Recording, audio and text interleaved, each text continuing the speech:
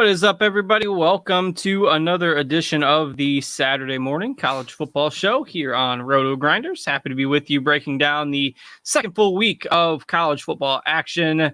We've got a pretty interesting slate today. Should be some more competitive games compared to what we saw last week on the main slate, but there were some surprising games last week. The Appalachian State, North Carolina shootout that not a lot of people expected, at least to the extent that we got.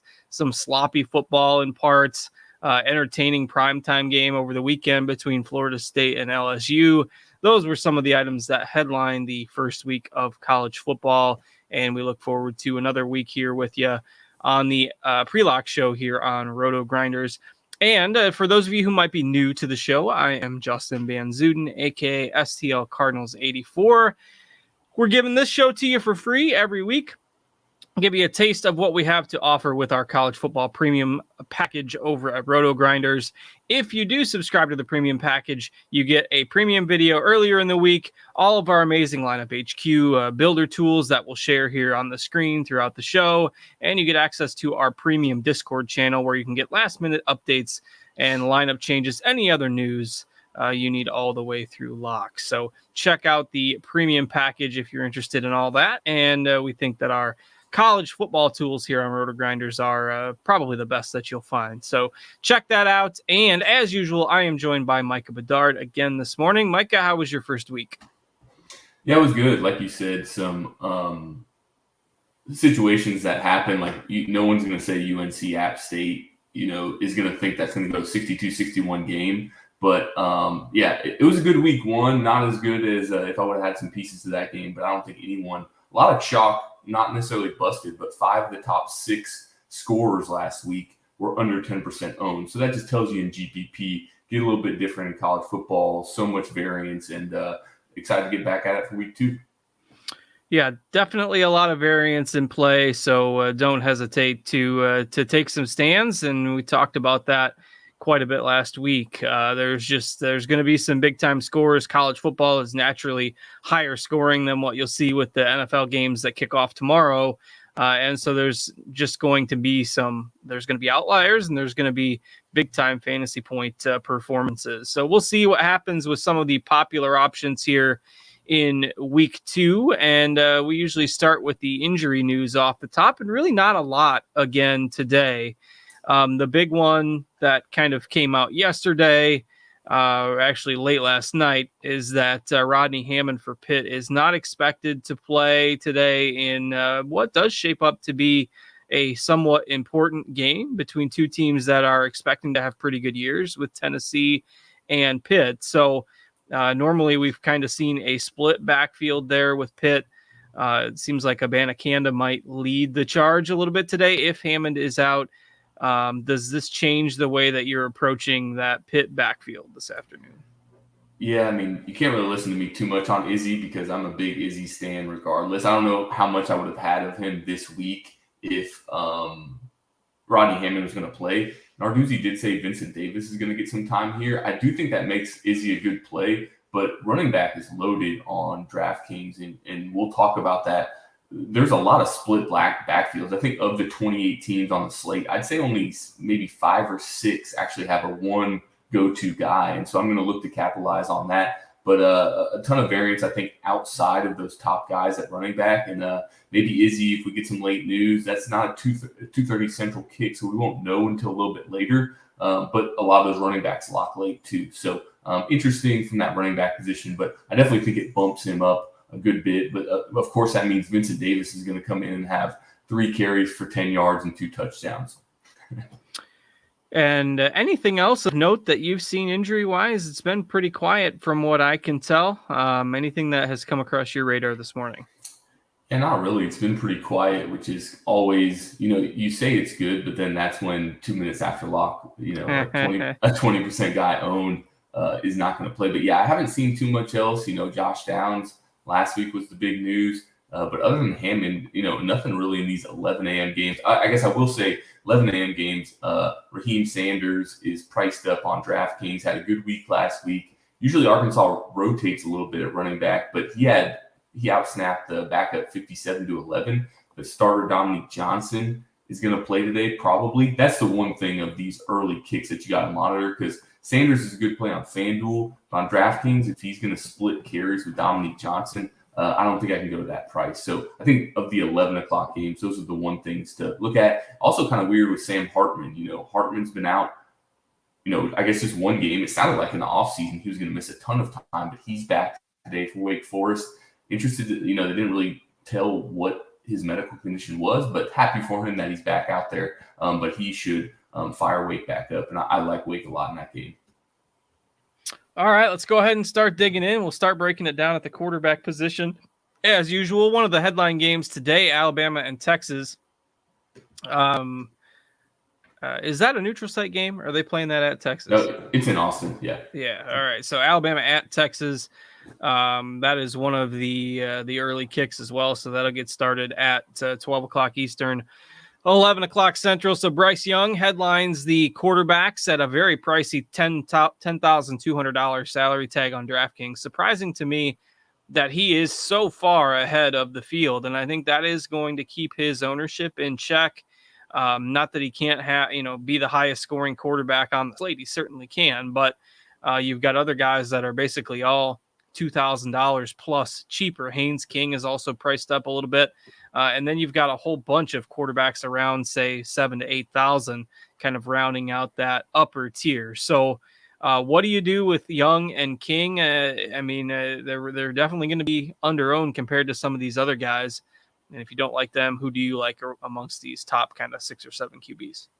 Yeah, I was talking to Alex, Fear My Turtle, either last night or today, and he was like, it's almost like they priced Alabama in their own tier, which I definitely agree with. But a 9%, I think that goes maybe a little bit higher. Hopefully it doesn't. But Bryce Young, I mentioned it in my article this week, he ran for 100 yards against Utah State, which is something out of the ordinary that we didn't see a lot from him last year. He looked really uncomfortable out of the pocket. If he's going to start doing that, he's a chance to break the slate every single time. This Texas defense is not good.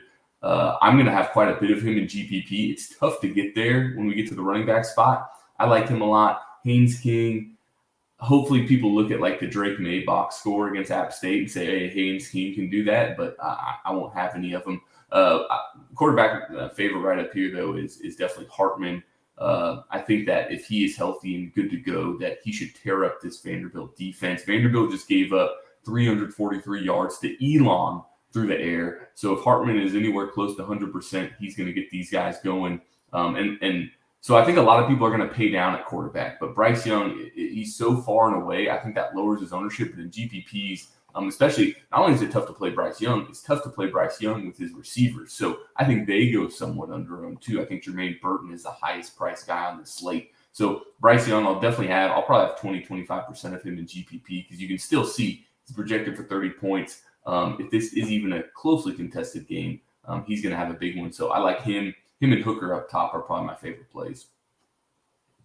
Yeah, you get nice upside from that pairing, and combined $15,800. Say if you're playing Hartman and Hooker as opposed to Bryce Young being 10-2 by himself. So just makes the lineup build a little bit more palatable if you're living in that 7-8K range. Starting with Young, you'll notice that you kind of have trouble maybe fitting in what you want at the other positions, but definitely will help keep his ownership in check and give him some appeal in tournaments if it happens to be, a 45-30 type game. And if Texas can hang around it, I think Texas can at least keep it competitive today. Not saying they're going to pull off an upset or anything, but I think they can keep that game somewhat close. So I'm in agreement with kind of how to handle those top guys. I think if you're looking to be a little bit more different in that range, we've still got some decent options above 7K. Donovan Smith, KJ Jefferson. Who knows what you're going to get from Sean Clifford, but they've got a good matchup today against a MAC team, so hopefully they should be able to put up some points, maybe look a little bit better than they did in their opener. And I think all these guys are somewhat interesting for GPPs, particularly Jefferson. You get some, maybe rushing touchdown upside there. A little tricky with how to handle Texas Tech because you never know what pass catchers to stack with the quarterback, but you could go kind of double pass catcher stack, and that Texas Tech Houston game today could feature some points as well. So your thoughts on the other quarterbacks here above 7K on DraftKings? Yeah, so you probably heard this week if you're playing that, Zach Kitley, who was offensive coordinator at Western Kentucky, he's back at Texas Tech. So you want to focus on the Texas Tech passing game. But I will warn you, Donovan Smith, I'm not going to talk you out of playing him. Donovan Smith is not a good quarterback. So he's in a great spot. He's in a great offense to have. I'm a little bit weary of him in GPP. You mentioned it's really tough to see what Texas Tech's going to do with the pass catchers just because they did blow out Murray State in the first game. I'm with you. I love KJ Jefferson today. I love him every week, though, so that's not a change. And that's why the running backs for Arkansas aren't as much of a priority for me ever because KJ seems to get every single goal line carry.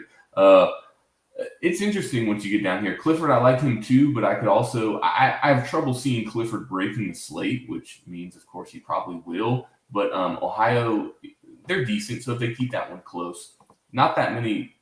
There's a lot of GPP options here because we'll get down to the bottom. I think a lot of people are going to go sub 7K, and that's what we can look at because I think that's really interesting for that GPP strategy. Yeah, I think the most popular option is probably going to be Tune at 6,500, even though Houston kind of went with a surprisingly conservative approach last week early in the game. But you're getting a bit of a discount, particularly on DraftKings. I mean, Dell and Tune they're too cheap. That's probably where most people are going to go. But again, the scores can vary in college football, and you can get upside from some of these other quarterbacks. We know Kansas State I think it's really interesting to see how Kansas State works things this year with Deuce Vaughn and then with Adrian Martinez, who's a pretty good running quarterback. It's not like Kansas State doesn't have a athletic quarterback that they're trying to fit into their offense. Martinez seems to fit well with the way they like to run their offense. So maybe he should tournament pivot away from Tune for just a couple $100 more. Tyler Van Dyke, I think, could be in line for a good year. Brennan Armstrong was a guy that a lot of people like to play as one of the most expensive quarterbacks on DraftKings for most of last year. And now he's 6,300. And I would have figured that, that he'd be mega chalk. You got Notre Dame has a fairly easy opponent today. So all these guys between like 6K and 6,500, you've got maybe 5 or 6 of them there that are viable. And we haven't even gotten to Mike Wright all the way down to 5,400 for Vandy in a game that could be a shootout. So, do you think it's viable to go double cheap at quarterback today? I definitely think it's viable, and it's probably going to be popular. Tune, if he's around 25%, he gets a little bit interesting for me. Same thing, like he's not going to rush too much. So, like of all these guys, when you look at Clayton Tune and Tyler Van Dyke is just tough because you don't know who to pair him with, and he's a statue back there. So he's got to throw for 5 or 6 touchdowns, which he definitely could.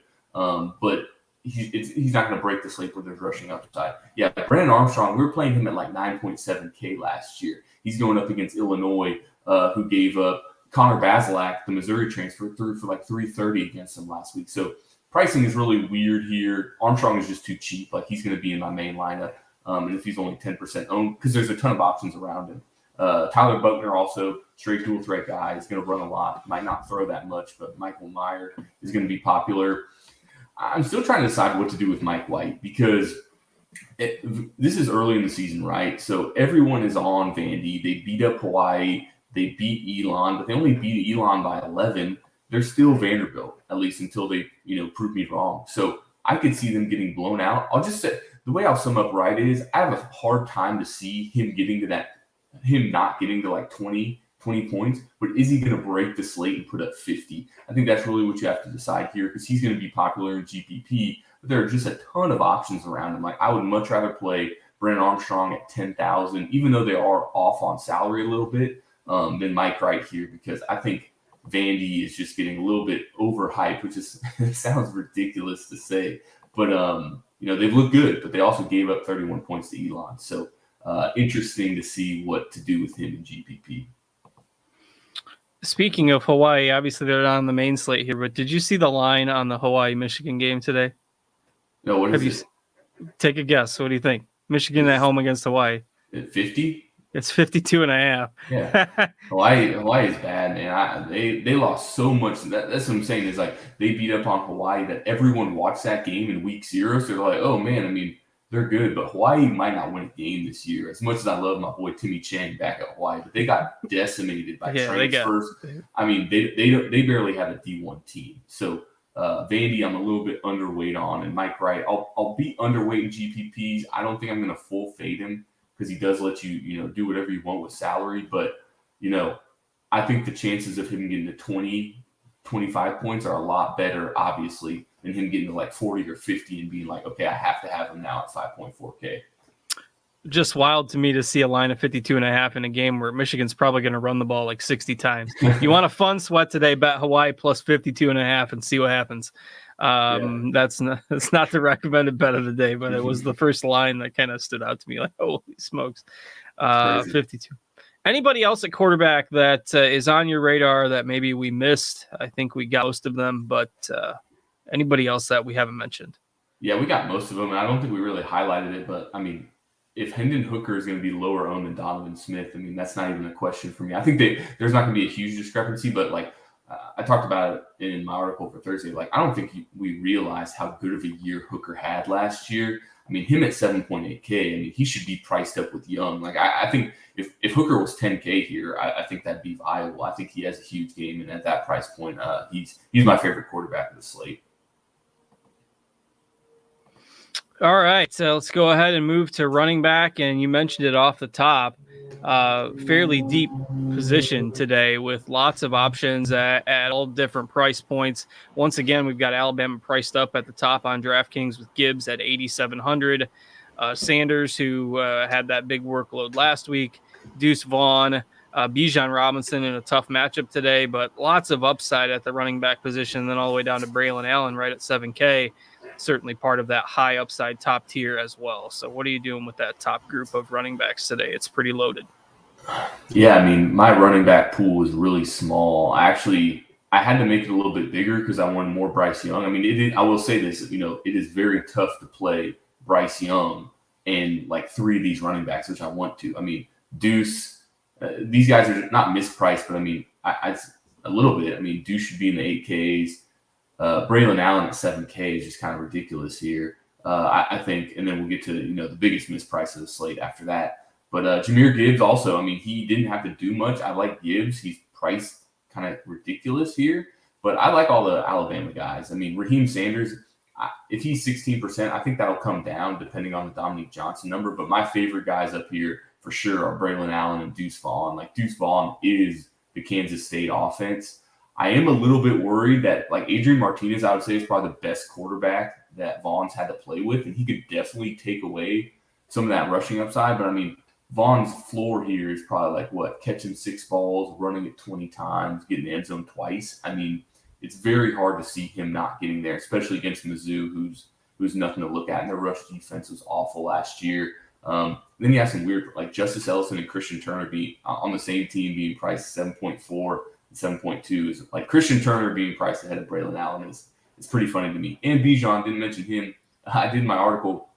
I mean, if he catches balls out of the backfield and Texas keeps us competitive, like it's going to be because of Bijan. I mean, I think he's the best running back in the country, and interesting to see what to do with him today. I think I'm just going to kind of match the field with him. I don't think he's going to be under-owned. Probably should be higher than 13%, but I like Bijan too as a GPP play. Yeah, I think he's a really great option today. Obviously a tough matchup, but the workload's going to be there, and if they keep that game competitive, he's going to have to be a big reason why. So I think Robinson at 7,300, definitely a player that you want to be overweight on in tournaments. Braylon Allen as well. You got to mix and match these top guys. Maybe you can't get all of them together in a lineup, but you're building multiple GPP lineups today. You got to make sure you get exposure to some of these explosive upside guys. I'm off of the Wake running backs as well. Just too expensive with the timeshare. But we haven't really gotten to the biggest misprice yet. And there's 2 guys in the 6Ks that, you probably expected to be higher owned, but not really sure what DraftKings is doing with Chase Brown here today. I think in week 0, Chase Brown was like 8,100 or something like that. Like, he was in the 8Ks. And then on last Friday night slate, I think he was 5,900. And he has 37 carries for 152. I think 2 touchdowns. It's like, okay, let's bump him up $500. I'll just say, if you're playing cash or 50-50s, like, it's just a shoe-in. Like, play Chase Brown. Everybody else is going to have him. Even if he puts up 0, he doesn't kill you. GPPs, I still think there's not that much downside from him. I think that Bielema wants to keep the ball away from Virginia and that offense. 30 points is kind of a big projection for him, but I have a hard time seeing him not. I don't think he kills you. I mean, unless he gets hurt, he obviously could. Chase Brown being a 6,400 is just, I mean, if you're playing single entries, in single entries, Chase Brown's going to be like 80%.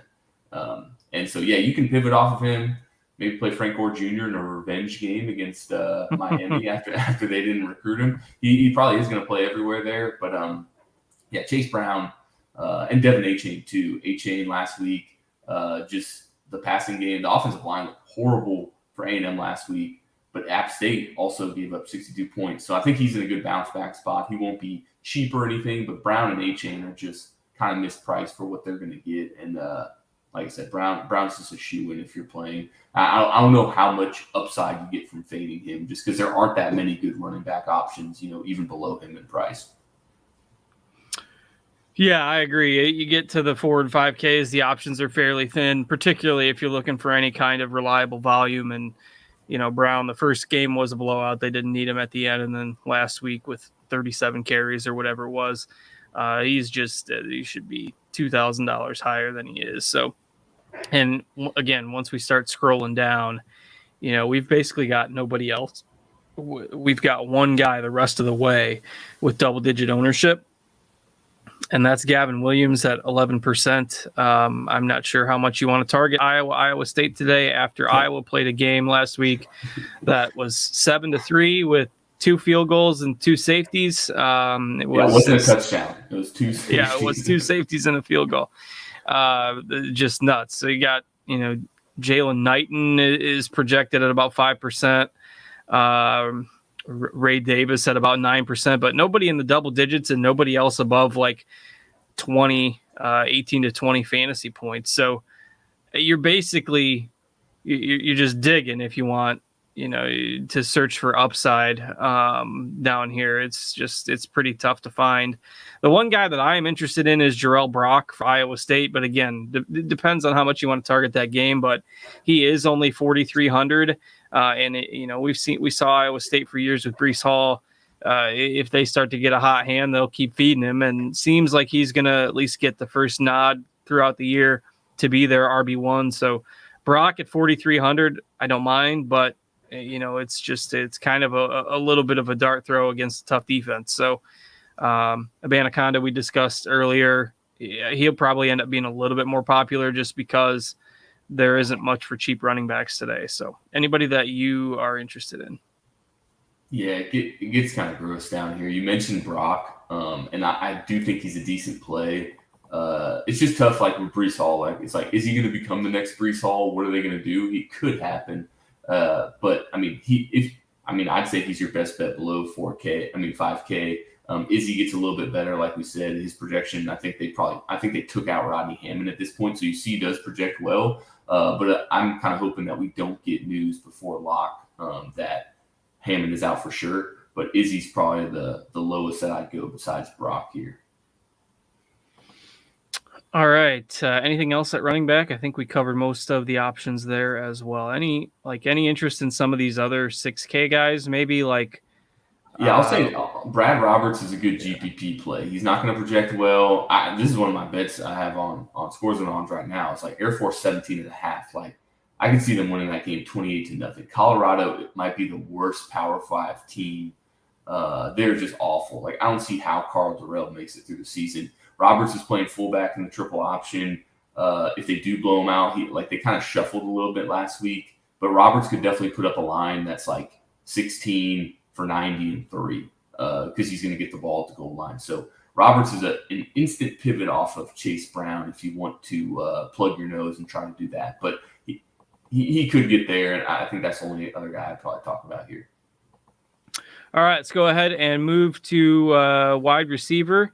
We'll before we get out of here, we'll touch on the late games a little bit, and we can take your questions, particularly if you're a premium subscriber and you're hanging out in our college football Discord. If you are a premium subscriber, you're trying to find that, rotogrinders.com/Discord. And then you can scroll down to the CFB channel in there. And, if you got a question or two, you can pop it in that channel and we will throw it on the air. All right, let's talk wide receivers. And instead of just going all the way down through the price ranges first, let's talk about what to do with Alabama. You mentioned potentially getting a little overweight on their passing game in tournaments, and all their options are fairly expensive. You've got Burton leading the way at 8,100. Holden is a little bit cheaper at 6,800. So what are you doing with their pass catchers today? I said in week one that Burton was, I'm still not convinced he's going to be the number one guy. Obviously, he had 2 touchdowns in the first game, but I think it's going to be more spread out. It's tough to pay for him, though. Like I said, I normally wouldn't like Burton. I don't think he comes in that own. I think there's a lot of value at wide receiver that people are going to go to instead. So Burton is fine. I love Kobe Prentice, true freshman. When true freshmen play in Nick Saban offenses, like they're going to be legit. And he didn't have the touchdowns. Holden, and I like Holden as well. But you got Prentice, Holden, and Burton. Both Holden and Burton got 2 touchdowns last week. Prentice didn't, but Prentice only got 1 target less than him. I'm going to load up on him here. He's a big play guy. I like him and Holden. I mean, playing 2 Alabama wide receivers with Young is going to be totally unique. And so I'll have some lineups like that for sure. It's very tough to do, but I've just been messing around, honestly, since last night because I knew that's what I wanted to do, and you got to get a little bit creative on salary. So my favorite Alabama wide receiver here is Kobe Prentice, and I think he's got a ton of upside in this spot. Yeah, certainly fair to expect them to spread the targets around, and with Burton being 8,100, he just becomes a little bit more difficult to fit. So don't mind that call there. I think the wide receivers in the Pitt Tennessee game will get a little bit of buzz as well, along with Aniyah Smith. Picking the right guy out of that maybe group of Mumfield, Tillman, and Smith, I think could be the make or break spot for a lot of lineups today. I'm kind of with you in thinking that Tennessee has a good day, so Tillman would be my favorite. Maybe Smith next after that.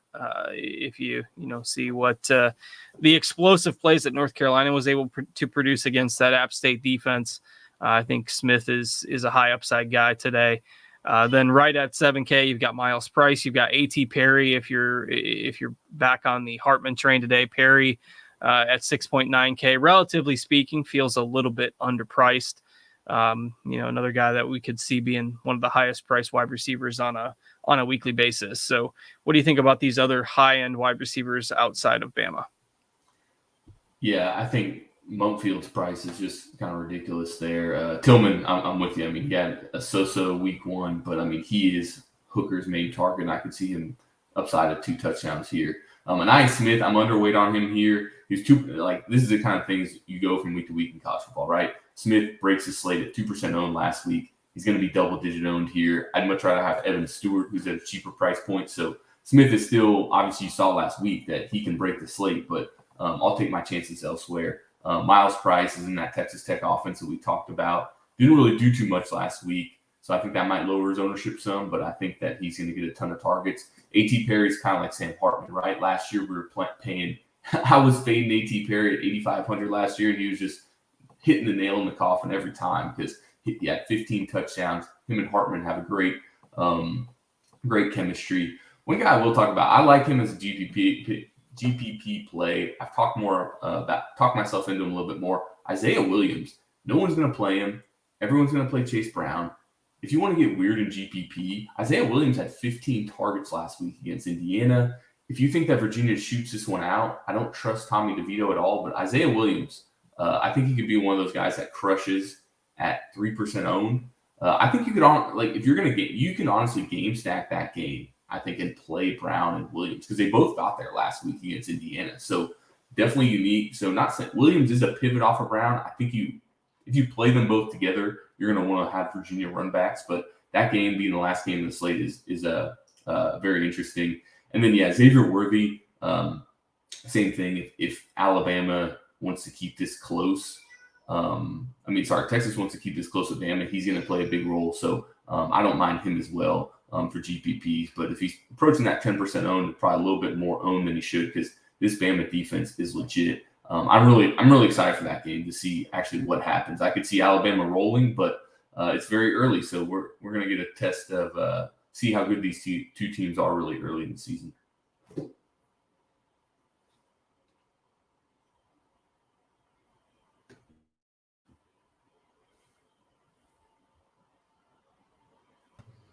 Justin, you're muted. The once a show mute rule take effect there for about 10 seconds, so we got it. But I think Brown that was a really interesting point on Brown and Williams. Like, you can play them together, but if you're not playing Brown in GPP builds, like, play some Williams, because Illinois is probably going to put up some yards. So I think that's a really interesting strategy to take with some tournament builds today.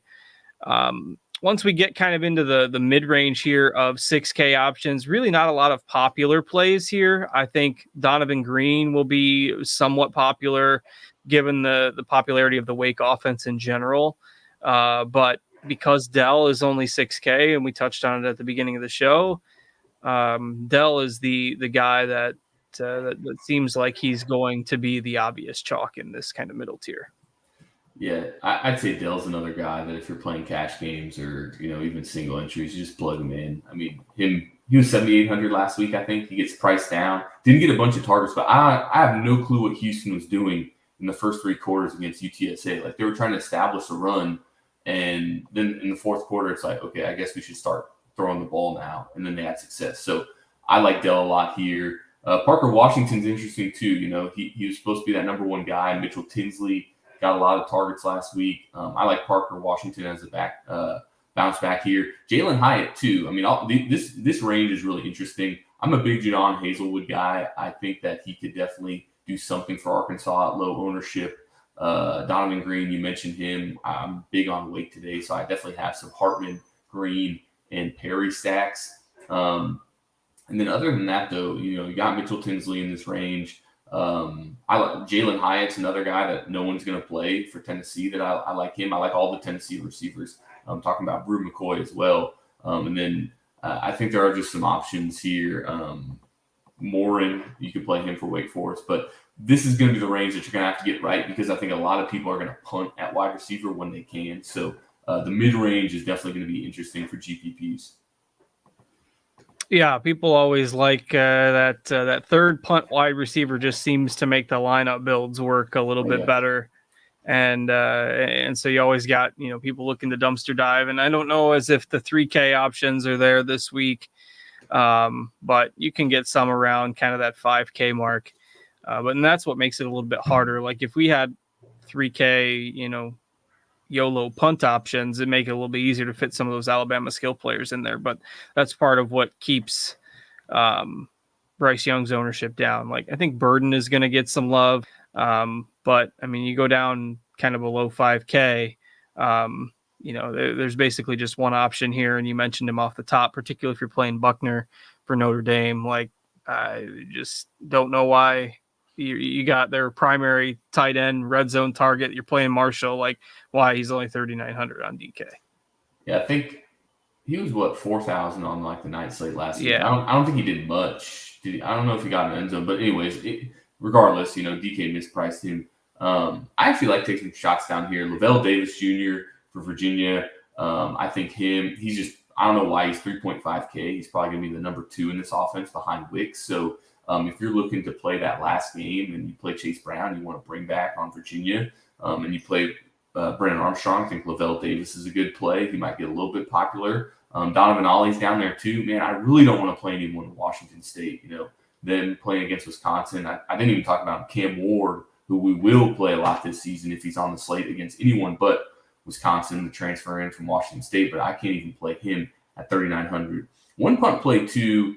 Jatavian Sanders, I think Turtle had tagged him, and I looked at him too. Min Price, tight end for Texas, got some targets last week. Maybe he gets something over the middle when they're focusing on Shutton-Worthy and Robinson on the outside. I think he's a really good punt play. And then a really off-the-radar play, but I remember him taking down one of the bowl slates, is Jaheim Bell for South Carolina. He's 3.5K, and he actually lined up at some quarterback. He got some rushing yards.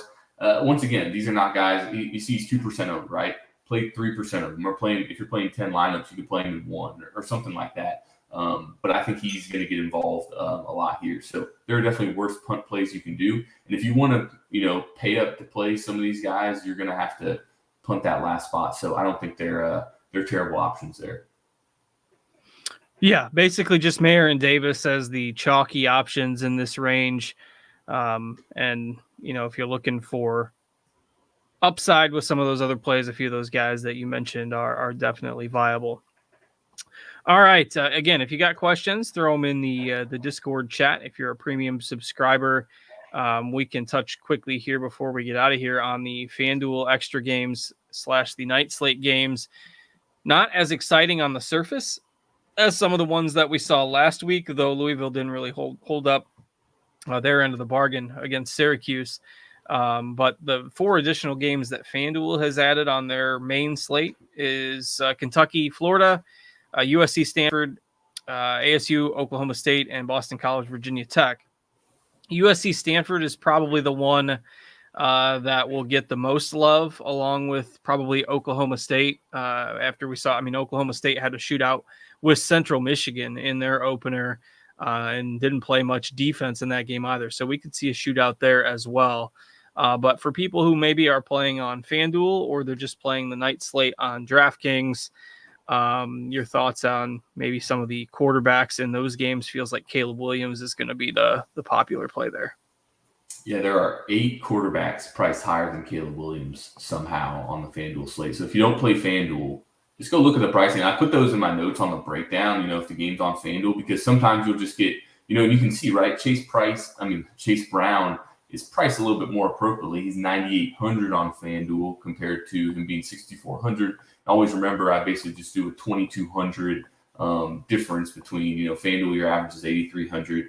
DraftKings is 62. So yeah, Caleb Williams is kind of, I'm going to have him a ton there. Him being 9,600 is off. Anthony Richardson's 10.6K. We saw what he did last week. Imagine, I would have paid really good money on Sunday night. They had Dan Mullen was hosting in studio. I would have paid really good money for them to be like, hey, Anthony Richardson's pretty good, right? I bet you if you started him, you wouldn't be sitting here right now. But yeah, when you look at some of the pricing too, wide receivers, for instance, Donovan Green, that we talked about on Wake Forest, he's 6,200 on DraftKings. He's 5,500 on FanDuel. So he's in a really good play. Evan Stewart, who is, I think he's 5,800 on DraftKings. He's 5,500 on FanDuel. Now, receivers do kind of get priced a little bit differently because you only have the 0.5 PPR and you don't have the full point on DraftKings. That's still an egregious price. Speaking of price, Miles' price is 6,000. So there's definitely a lot of good options here. The games, I always like to play the last game. The last game of slate is Boston College and Virginia Tech, which Zay Flowers will probably be pretty popular, but Boston College might have the worst loss of last week, losing to Rutgers at home, and then Virginia Tech loses to Old Dominion on the road. So not the most appetizing games, and then we get Arizona State and Oklahoma State. But like I said, Spencer Sanders is $1,200 more than Caleb Williams on FanDuel. So I just don't get that. But there are a ton of options, and the FanDuel main slate just goes all the way through tonight, so it makes for a good sweat all the way up until then. All right, we've got a few questions rolling in here, so we'll throw those out. BHB is asking in our Discord chat, in a DK Cash lineup, would you prefer Hooker and Davis or Wright and Tinsley? Spend up at quarterback or spend up at receiver a little more? Yeah, for me, that's Hooker and Davis. I think Tinsley, in a blowout game, I think both those games that Hooker and Davis, I think there's more of a chance that they play the whole game. And Tinsley's got some competition there, and I'm not as sold on Wright, so I would go Hooker and Davis there. All right, I would agree with that in cash games for sure. Carolina guy is asking if you would play Hooker and Young together in a FanDuel single entry. That would use up a good chunk of your salary cap, though it's generally a bit easier to navigate on FanDuel. So I don't mind Hooker and Young as a tournament build, though it is tough on FanDuel on a points per dollar basis to get away from Caleb Williams there. So maybe Hooker and Williams is probably the route I would go, but definitely no issues with Young, and he is a little bit easier to fit on FanDuel. All right, Mr. Perfect. Let's see, single entry: Young and Smith or Hooker and Armstrong. I presume that's like a super flex for the second spot. Why am I blanking on Smith? I think it's Smith. That's sorry, why I think it says. Oh yeah, Donovan Smith. I was thinking Anaya Smith, so I thought it was a super flex. But yes. Be careful with the Smiths. There's too many of them. If you're gonna reference a Smith. But yeah, that's probably the double quarterback. So yeah. So let's see. Where's that question again? Bryce Young and Smith or Hooker and Armstrong? Yeah, that would work salary wise. Yeah, I think I'd go Hooker and Armstrong. Smith, he's in a good spot. I'm not going to say he's bad chalk today. I am just a little hesitant on him. He's definitely in a great spot. But Armstrong and Hooker can get there with their legs. And Young and single, I'll tell you this, like I debated back and forth. Like he's not in my single entry lineup just because, I just couldn't get there. But playing Young in single entries is definitely going to be unique. So I definitely don't mind the play, whoever you pair him with. But I'd say Bryce Young in single entries is going to probably be like 6-7% owned, maybe a little bit less, because Mike Wright's going to be very highly owned, Buckner. So I like Young in single entries, but in that pairing, I like Hooker and Armstrong. All right, let's see what else we got. Nothing else in the Discord chat, I believe. Anything else? I'll check the YouTube and see what we got for questions there. But anything else in the night slate on DraftKings? Shout out to DraftKings for throwing my alma mater NIU on their night slate tonight. Didn't really see that coming, but they're playing Tulsa tonight, so not really the highest profile DFS game by any means. But I don't know, it seems like that night slate on DraftKings, you're going to get a lot of ownership congregating around those high upside quarterbacks.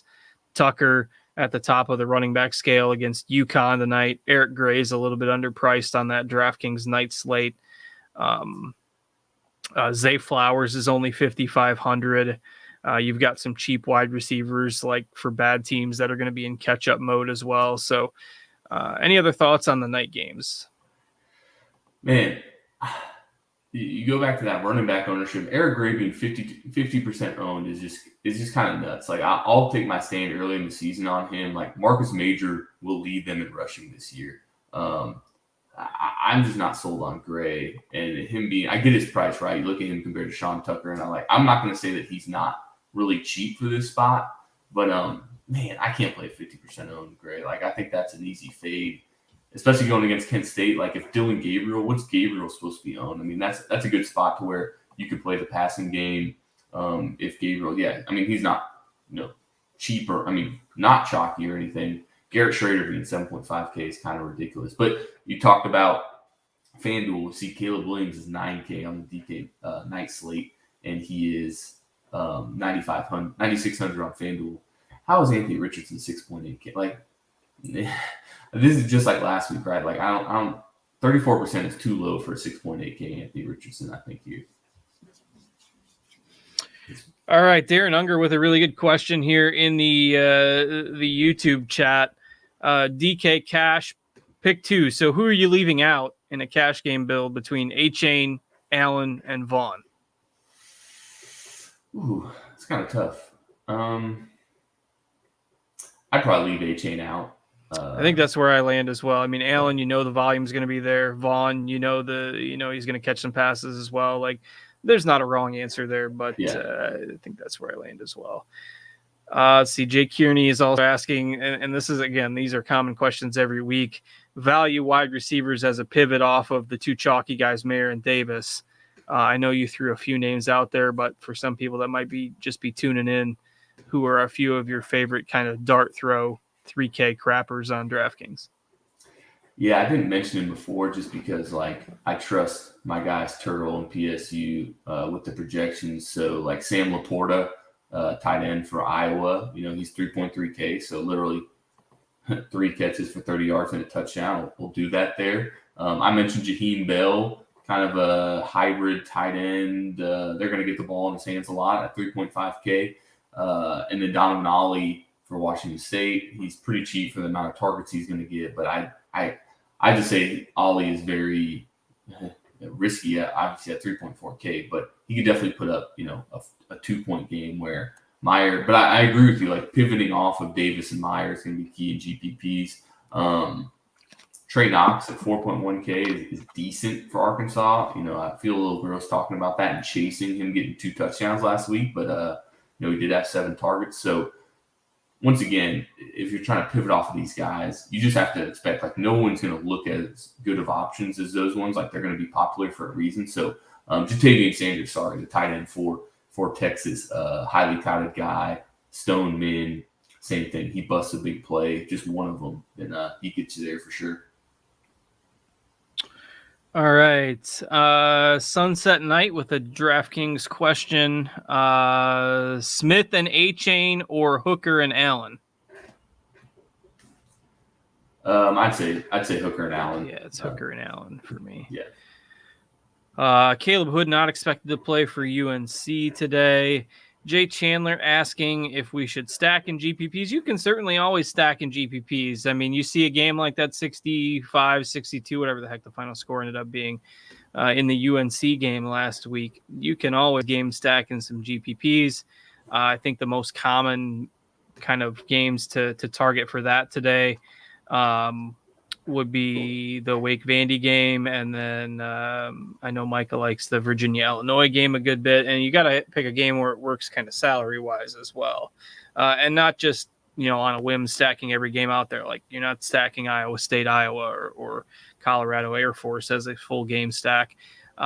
Tennessee Pitt could maybe fill that as well if you're looking for some of the games that are most likely to pop off for a shootout with kind of both teams keeping up. So. All right, we have hit all the questions in the Discord. We have hit all the recent questions in the YouTube. I don't see any additional injury news, but again, if it comes along, we'll pass it along in the college football Discord chat. So get yourself a premium subscription over at RotoGrinders. We think it'll pay for itself with all the information that we provide over with our premium content and that Discord channel. So.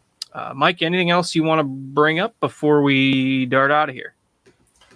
No, I just say, I mean, you talked about stacking in this week, especially with a lot of these quarterbacks, right? Like, I think the only 2 quarterbacks that you'd say that you really have to play a wide receiver with them are probably Bryce Young and Hartman. You got a lot of dual threat guys, too. So I know we always talk about, hey, and it looks good, right? I think we talk about college football. A lot of people that are playing new are just used to NFL saying, I have to stack with a quarterback. I mean, Tyler Buckner, I honestly think, there are a lot of different ways in GPP to go. Tyler Buckner playing him without Mayer, and let's say like Braden Lindsey or something like that.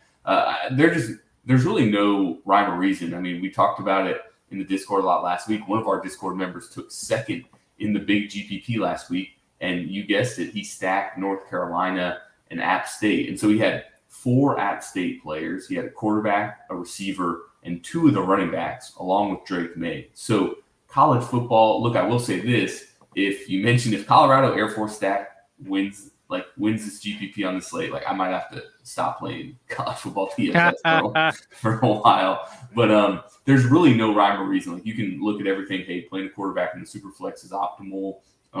Pairing a quarterback with your wide receiver. But college football, man, like that's why we love it, because you never know what's going to happen. And I just say, you might feel a little bit uncomfortable with your build, like fading Mayer or fading Brown, but just stick with it, because we can predict whatever is going to happen, but with not as much injury news, it probably is going to get a little bit tough. So, but yeah, just have fun with it, and it should be a good slate. All right. With that, we'll go ahead and get out of here. Thanks for joining us. As always, thanks to Micah for helping me out on a Saturday morning and getting us through this college football analysis as usual. And thanks to Rob Coakley for producing behind the scenes for us on this Saturday morning. Enjoy your weekend, everybody. Enjoy the football. Enjoy the start of NFL season tomorrow. And we will be back at you next Saturday. Same time, same place. Until then, take care, and we'll see you later.